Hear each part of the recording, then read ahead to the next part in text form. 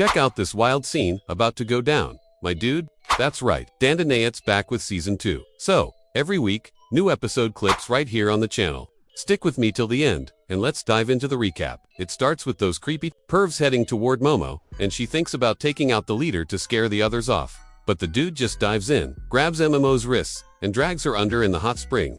Then, out of nowhere, a piece of the spring breaks off and smacks the creep. Momo gets up, and suddenly, boiling water starts gushing everywhere.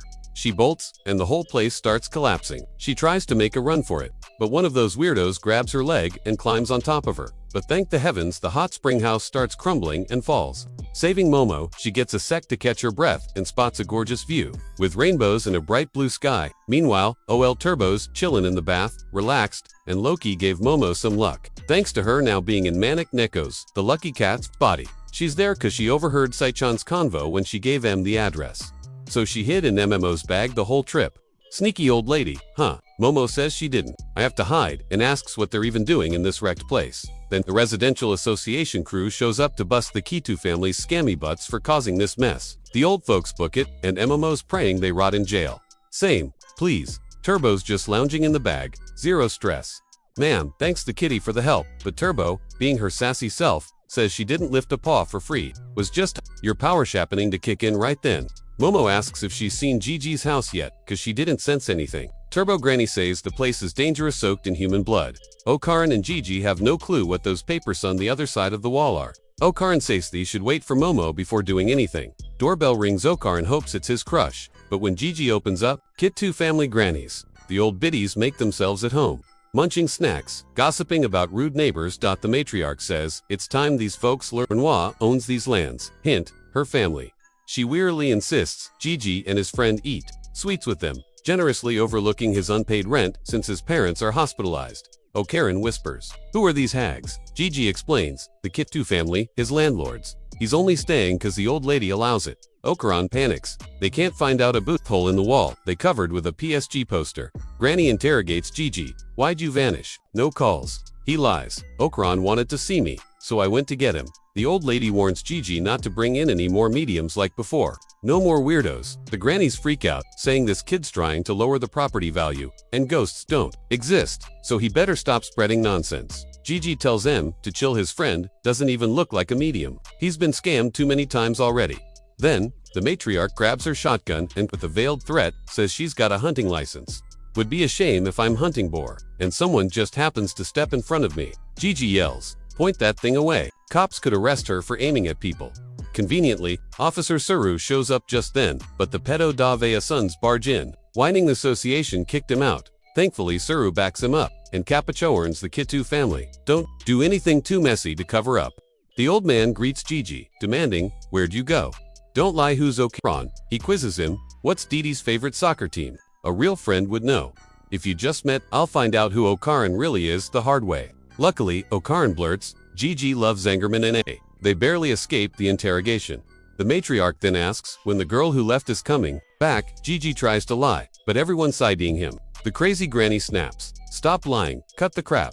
Meanwhile, Momo heads to the Tsuchinoko shrine, where a monk is handstanding at the entrance, yelling, don't mind me just trying to be a butt of her. Momo asks if he can show her the shrine. Dude says sure. No prob, this place doesn't make money anyway. What he really wants is to be a buttaber. Ayase gets hyped and wants to come back later with Okaran. Momo spots a lame, tiny snakeskin super disappointed is the legendary Tsuchinoko. The monk gets her frustration. Drops some lore. Ancient texts say, the dragon ascending to the sky will summon rainbows, and the mountain's fury will swallow the village. Back in the day, folks believed a giant serpent lived in the volcano. When it got hungry, eruption time, so they'd sacrifice a village kid to keep it asleep. Thanks to that, the serpent's been snoozing for 200 years, letting everyone enjoy hot springs and prosperity.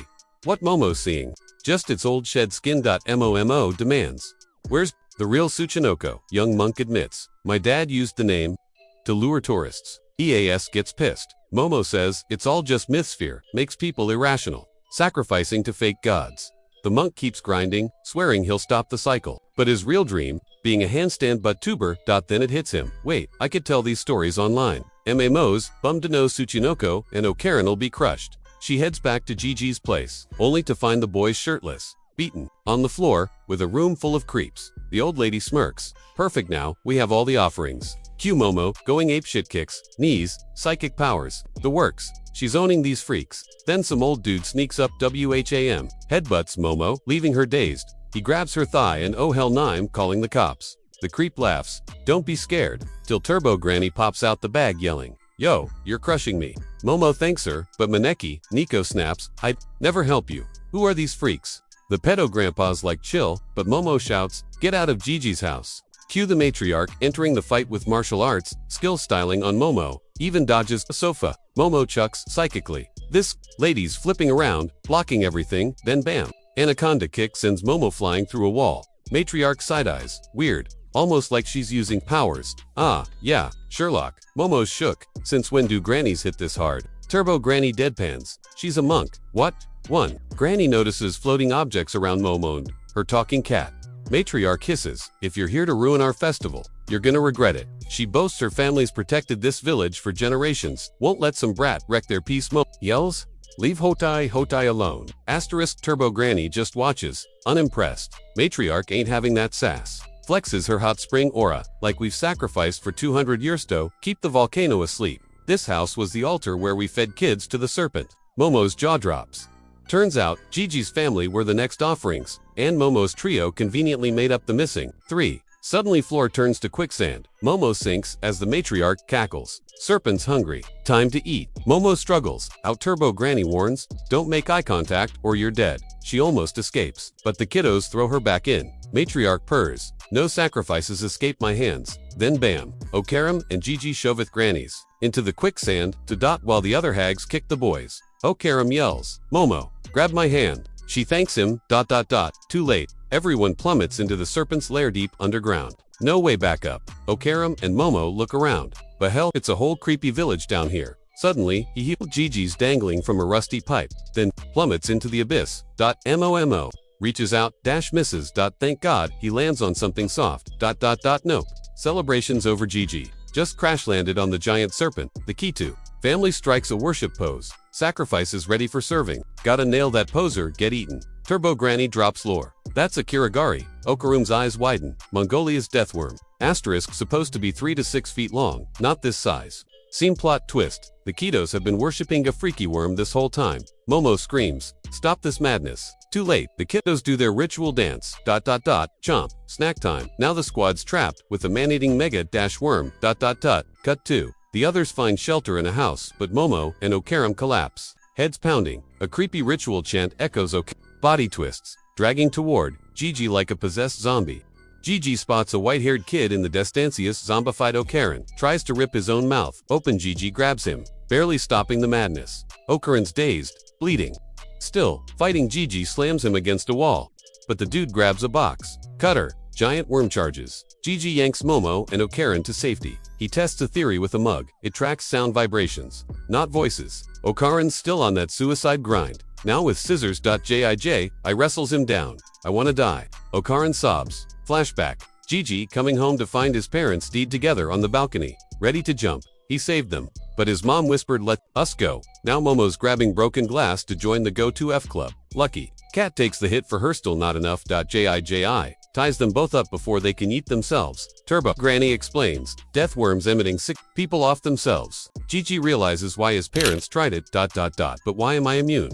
Granny side-eyes, "You're in the Y right now." Gigi, still clueless. Momo uses telekinesis to fling glass shards Gigi blocks, taking a gash to the hand and near miss too. The eye he stares down the worm as Momo lunges for the abyss. Gigi snatches everyone and books it while the worm destroys the house. They crash through floors. Tumbling downstairs, Gigi's battered but moving Momo and Okarunki, trying to jump as the worm's waves pulse. Then the white-haired kid appears again. This time, the yokai stands in front of Gigi, blocking the psychic waves. Momo and Ok snap out of it, staring at the thing. It twists its head. Turbo Granny yells, "Don't look in its eyes.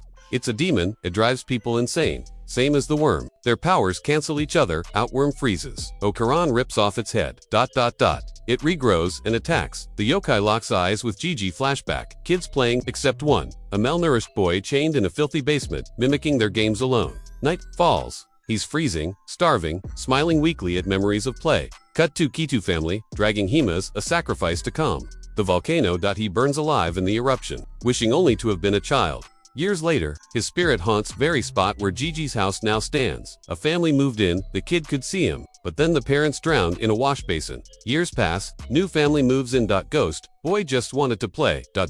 New parents yeet themselves off the mortal coil. Generations. Later another kid gets scared off the ghost. Cries to dad. Ghost boy dances to cheer him up. But the death worm's waves make another. Family bite the dust. Always him. Across centuries, the newest kid got sacrificed to the serpent buried with the house. Naked and tied to a chair. Same crazy hag who burned the white-haired kid centuries ago. Ghost boy tried to save him, but failed. Now he's sobbing with guilt. Flashback. To his own death. I'll make them pay. Possesses the kid. Demon eye activated. Gigi wakes up. Momo tries to peel the demon eye off him, but Gigi's like, nah, this ghost's just lonely. They go deeper. Underground. Momo notices the architecture getting older with each level. Gigi reaches the original foundation, finds the first key to victim. The volcano sacrifice kid. Realization hits. The demon I was protecting me. Turbo Granny scoffs. You're nuts, that thing's evil. Zap. Worm hits them with lightning mucus, sending them sliding toward the abyss. Momo yells, where's that damn lucky cat power? Granny shrugs. My Lux Randomite helped the enemy. Ocarin's down for the count. MMO's barely hanging on G. In a transudently, he's inside the ghost's memory. That dark basement. Starving. Freezing. Sorry, I blamed you. You suffered for centuries. Ghost boy whispers. Just wanted to play. Gigi, I'll play with you. I'm on your side. Ghost. Grins twisted. You asked for this. Full possession. Turbo Granny screams. Told you not to trust. IT worm zaps them. Lunges for Momo butt. Demon eye buffed. Gigi goes Super Saiyan. Punches a hole through the worm. Clothes get shredded. Absolute carnage. The demon eye finally got its dream body in. Now it's time to wreck some humans. Gotta admit, dude's got sick dark aura now, and the undies sticking out. Chef's kiss. Turbo Granny warns Momo. He's enemy now. Proceeds to kick Momo through a wall while dissing her weird powers and asking if Granny's a yokai slave. Old lady ain't taking that smoke. I'll break this brat in half. Momo screams for Gigi to fight back, but Demon Eye's like, this meat suits mine. Zapworm tries lightning again. Possessed Yuji blocks it. EASY. Channeling 200 years of dead kids Ragano. A soccer ball of Heitan bicycle kicks the worm into chunks. Worm nopes out underground, like a coward. Momo's bleeding, confused. Turbo. Granny explains, kid's a freak genius. Spiritual powerhouse. Once-in-a-generation talent. Even I wanted that body asterisk way better than Ocarin's twig ass. Momo Gigi was not this cool in elementary. Granny, everyone levels up differently. Round 1. Momo versus Evil Gigi. She blocks the rage ball with TELEKINESIS. Gets dropkicked mid-animation, saved by Ocarin's dramatic entrance. You hit Momo, time to die. Yo, this possessed Gigi design. 10 tenths. Backstory. Dark as hell. Next EP, Ocarin v. Gigi Hype Train. Smash that like button if you're pumped. Ring the bell. Don't miss the bloodbath. Check description cards for more wild recaps. Peace out.